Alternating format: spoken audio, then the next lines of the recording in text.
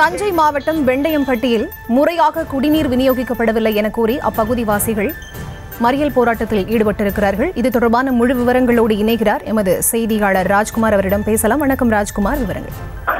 பரிதா, அதாவது தஞ்சை மாவட்டம் வெண்டையம்பட்டி கிராமத்தைச் சேர்ந்த புதுத்தெரு மற்றும் சுரங்குக்குடிப்பட்டி கிராம மக்களுக்கு குடிநீர் முறையாக வழங்காததை கண்டித்து பாடை கட்டி காலி குடங்களுடன் தஞ்சை திருச்சி தேசிய நெடுஞ்சாலையில் பெண்கள் உள்ளிட்டோர் மறியல் போராட்டத்தில் ஈடுபட்டு வருகின்றனர்.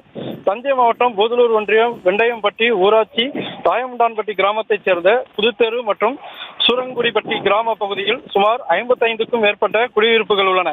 நிலத்தடி நீர்மட்டம் உப்புத்தன்மையாக உள்ளதால் சிறுநீரக பாதிப்பு ஏற்படுவதாக கூறி உடனடியாக நல்ல குடிநீர் வழங்க வேண்டும், சுடுகாடு வசதியும் செய்து தர வேண்டும் உள்ளிட்ட அடிப்படை கோரிக்கைகளை முன்வைத்து பாடை கட்டி காலி குடங்களுடன் இந்திய கம்யூனிஸ்ட் கட்சியினர் மற்றும் பெண்கள் 100க்கும் மேற்பட்டோர் தஞ்சை திருச்சி தேசிய நெடுஞ்சாலையில் பாடையை கட்டி தரையில் வைத்து அதனுடன் சேர்ந்து படுத்து நூதன முறையில் போராட்டத்தில் ஈடுபட்டு வருகின்றனர்.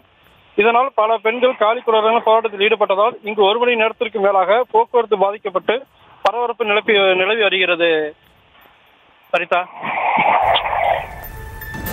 விவரங்களுக்கு நன்றி ராஜ்குமார். செய்திகளை உடனுக்குடனும் துல்லியமாகவும் தெரிந்து கொள்ள சப்ஸ்கிரைப் பண்ணுங்க.